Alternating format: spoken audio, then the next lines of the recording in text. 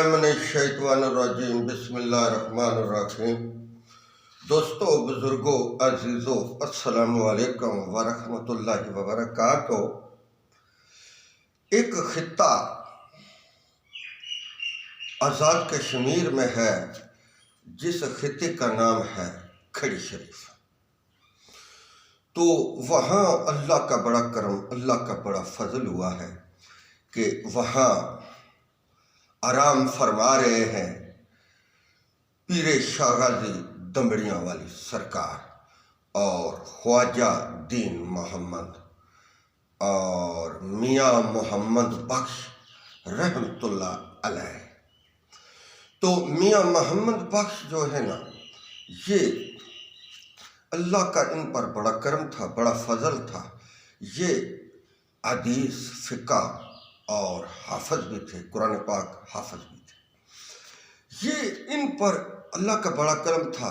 یہ بڑے علم والے آدمی تھے، بڑے علم والے اللہ والے تھے۔ تو انہوں نے مختلف کتابیں لکھی ہیں اور آخر میں جا کر یہ سیف الملوک لکھا، جو تقریباً پوری دنیا میں اس کو سنا جاتا ہے، جہاں بھی جائے، اور یہ سیف الملوک کی جو گونج ہے یہ آپ کو ملے گی۔ تو میاں محمد بخش اصل میں مرید جو ہے نا، یہ سائیں غلام محمد کے تھے، اور ان کی جو والدہ ہے یہ ان کو کھڑی دربار چھوڑ آئی تھی۔ یہ میں آپ کو بتاتا چلوں کہ میاں محمد بخش جب دربار میں داخل ہوئے یا والدہ نے ان کو چھوڑا، تو اس وقت پیر شاہ غازی دمبڑیاں والی سرکار کا کئی زمانوں سے انتقال ہو چکا تھا، وہ انتقال فرما گئے تھے۔ تو ان کا جو میاں محمد بخش کا جو گھرانہ ہے، یہ اس پر بڑا اللہ کا کرم اور بڑا اللہ کا فضل تھا، اور یہ بڑے علم والے حافظ لوگ تھے۔ ان کے دادا بھی، ان کے والد بھی، ان کے بھائی بھی، اور خود میاں محمد بخش رحمۃ اللہ علیہ بھی۔ تو یہ سلسلہ ان کا جارو ساری تھا کھڑی دربار میں۔ یہ وہاں خادم تھے۔ تو میاں محمد بخش پہلوان بھی تھے، یہ بھی میں آپ کو بتاتا چلوں۔ یہ پیر سے تھوڑے سے لگانے تھے، تو پہلوان تھے۔ تو اللہ کا ان پر کرم فضل تھا، تو انہوں نے پھر یہ آخر میں سیف الملوک کی کتاب لکھی۔ تقریباً 17 کتابوں کے مصنف ہیں، اور انہوں نے یہ 17 کتابیں لکھی ہیں، اور آخر میں یہ سیف الملوک لکھا ہے۔ اس کا جو پہلا مثلا ہے، اول ہمن ثنا الہی، جو مالک ہر دا، اس دا نام جتارن والا، کسے میدان نہ ہردا۔ یعنی کہ اللہ رب العزت کی دنیا میں صفت ہے، اللہ رب العزت کی توحید ہے، اللہ رب العزت کی بڑائی ہے، اور کسی کی بڑائی نہیں ہے۔ تو اسی لیے میاں محمد بخش رحمۃ اللہ علیہ نے اول ہمن ثنا الہی سے اس کتاب کا آغاز کیا، سیف الملوک کے شعر کا آغاز کیا، اور پھر مآب رسالت صلی اللہ علیہ وسلم پر بھی شعر، نعتیہ شعر لکھے، اور اتنی اقشان بیان کی کہ جس کا کوئی تصور بھی نہیں کر سکتا۔ او محبوب ابی بربانی، ہمیں روز حشردہ، آپ یتیم یتیمتاہیں ہتھ سرہ پر دردہ۔ جبرائیل جے جس چاہ کر نبیاں دا سر کردہ، او محبوب آبی بربانی، ہمیں روز حشردہ۔ یعنی کہ انسان فرشتوں سے افضل تھا۔ 18,000 مخلوق میں سے انسان کو اشرف المخلوقات کا لقب دیا گیا، اور اللہ رب العزت نے اس کو بہترین شکل سے پیدا فرمایا، اور اس کی روزی، کھانا پینا، رہن سہن بڑا ہی پاکیزہ بنایا، اور اس کو عقل بصیرت دیتی جو اور کسی مخلوق میں نہیں ہے۔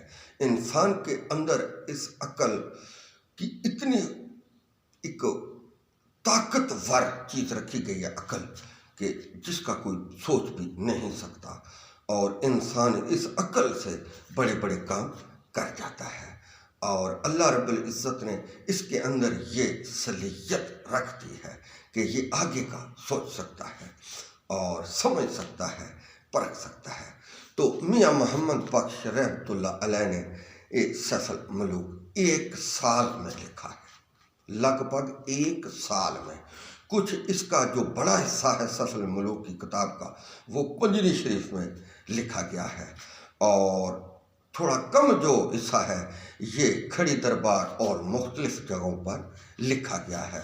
میرپور میں بھی یہ لکھا گیا ہے، جیلم کا تو پربت پاسے میرپور ہے تو دکھن، کھڑی ملنگا ڈیرا ساڈا جڑے تل بندے دے رکھن۔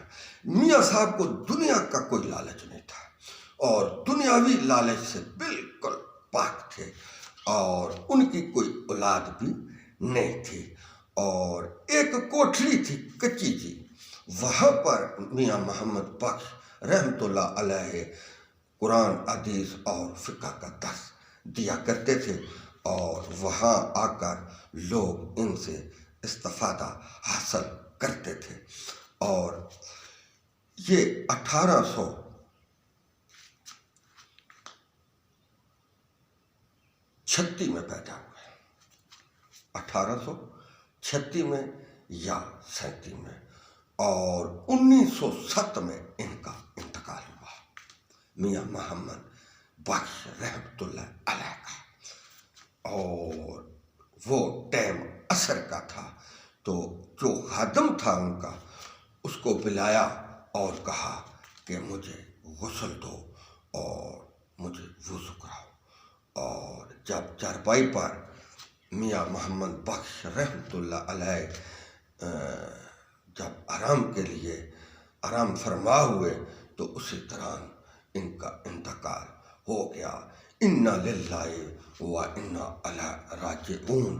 سب دنیا نے جانا ہے ٹر گئے نبی محمد ورگے، رب تقدیر ربانی۔ اے تقدیر کس ہے تو نے ٹل دی، اے تقدیر کس ہے تو نے ٹل دی۔ سب نے جانا ہے، کسی نے بھی یہاں نہیں رہنا ہے۔ اے مسافر خانہ دنیا، ہک آوے ہک جاوے۔ میاں محمد بخش رحمۃ اللہ علیہ نے بڑا خوبصورت انداز سے پیش کیا سیف الملوک۔ اے مسافر خانہ دنیا، ہک آوے ہک جاوے، او کس دی جرت محمد بخشا جڑا پکے ڈیرے لاوے۔ یقیناً کوئی اس دنیا میں نہیں رہ سکتا، اور سب نے جانا ہے، کوچ کرنا ہے، مکان چھوڑنے ہیں، اولاد چھوڑنی ہے، مائی باپ چھوڑنے ہیں، بیوی چھوڑنی ہے، رشتہ دار و قارب سب چھوڑنے ہیں۔ کوئی بھی ہمیں نہیں روک سکے گا، نہ ہم رک سکیں گے۔ یہ اللہ کا قانون ہے، یہ اللہ کا عقیدہ ہے کہ انسان جب دنیا سے رخصت ہوتا ہے تو جو اس کے قریب کے رشتہ دار ہوتے ہیں وہی اس کو غسل بھی دیتے ہیں، وہی اس کے کپڑے بھی اتارتے ہیں، اور وہی چارپائی کو کاندھا لگا کر جنازہ گاہ تک لے جاتے ہیں۔ جنازہ پڑھنے کے بعد پھر وہی اس کے قریب کے ساتھی اس کو اٹھا کر پھر قبر میں رکھ دیتے ہیں۔ یہی ہمارا ان سے رشتہ ہے، یہی ہمارا ان سے ناتا ہے۔ یہ جذبات میں آ کر میں نے یہ بات کہہ دی ہے، سبق آموز بھی ہے۔ یہ اللہ کا قانون ہے کہ کوئی بھی جو اس دنیا فانی سے رخصت ہوگا، یعنی کہ فوت ہوگا، تو اس کا جنازہ پڑھا جائے گا، اس کو غسل دیا جائے گا، اس کا جنازہ پڑھا جائے گا، پھر اس کو قبر میں دفن کر دیا جائے گا۔ یہ کوئی اپنی طرف سے کوئی بھی نہیں کر رہا، یہ اللہ کا قانون ہے، اللہ کا قاعدہ ہے۔ اور اللہ کا تقوی اختیار کرنا چاہیے، اسی کی عبادت کرنی چاہیے۔ اسی نے پیدا کیا، اسی نے زندگی عطا کی، اور اسی نے ہمیں موت دینی ہے، اور اسی کی طرف ہم نے لوٹ کر جانا ہے۔ اللہ اور اللہ کے رسول صلی اللہ علیہ وسلم نے یہی حکم فرمایا زندگی گزارنے کا، اور موت کی تیاری کرنی چاہیے۔ یقیناً موت آئے گی، یہ کسی وقت بھی ہمیں نہیں چھوڑے گی۔ ہم بیمار ہیں تو تب بھی مریں گے، اگر بیماری سے ٹھیک ہوگے تو تب بھی ہم مریں گے، اور ہر حالت میں مرنا ہے۔ ہم ہر حالت میں اس دنیا سے جانا ہے۔ یہ اللہ کا حکم ہے، یہ اللہ کا قانون ہے، یہ اللہ کا قاعدہ ہے۔ ہر وقت موت کی تیاری کرنی چاہیے، اور من ربوں کا، من دینوں کا، من رسولوں کا، ان سوالوں کی بھی تیاری کرنی چاہیے۔ ان کی تیاری کرنے کا بہترین جو طریقہ ہے وہ 5 وقت کی نماز ہے، باجماعت پڑھنے کی۔ اس سے تیاری ہو جاتی ہے، اور یہی نظریہ ہے تیاری کرنے کا۔ نبی صلی اللہ علیہ وسلم نے ارشاد فرمایا کہ بہترین طریقہ کار اللہ کی عبادت، 5 وقت کی نماز پڑھنا، یہ آخرت کی بہترین تیاری ہے، اور بہترین تیاری ہے۔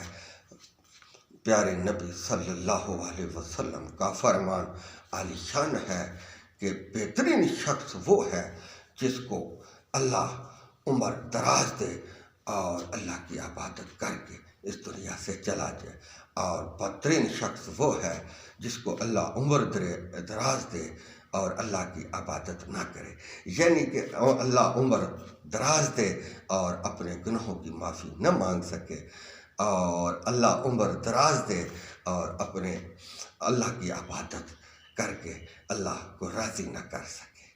اور یہی حکم اللہ اور اللہ کے رسول نے دیا ہے، جو بھائی جان ہم نے بیان کیا ہے۔ اگر اس میں کوئی غلطی کوتاہی ہوگی ہے، انسان بھول جاتا ہے، انسان سے الٹ پلٹ بھی بات نکل جاتی ہے، تو معاف کر دینا چاہیے۔ اور سیدھا راستہ وہی ہے جو اللہ اور اللہ کے رسول نے بتایا، باقی سب راستے ٹیڑھے ہیں، ان کی کوئی اصلیت نہیں۔ پھر فراق جنت میں، یعنی کہ دوزخ کا مزہ چکھ کر عقل مند سیاںا اور سیدھے راستے پر وہی شخص ہے جو نبی صلی اللہ علیہ وسلم کی سنت کے مطابق زندگی گزار کر اس دنیا فانی سے چلا جاتا ہے۔ وآخر دعوانا ان الحمد للہ رب العالمین۔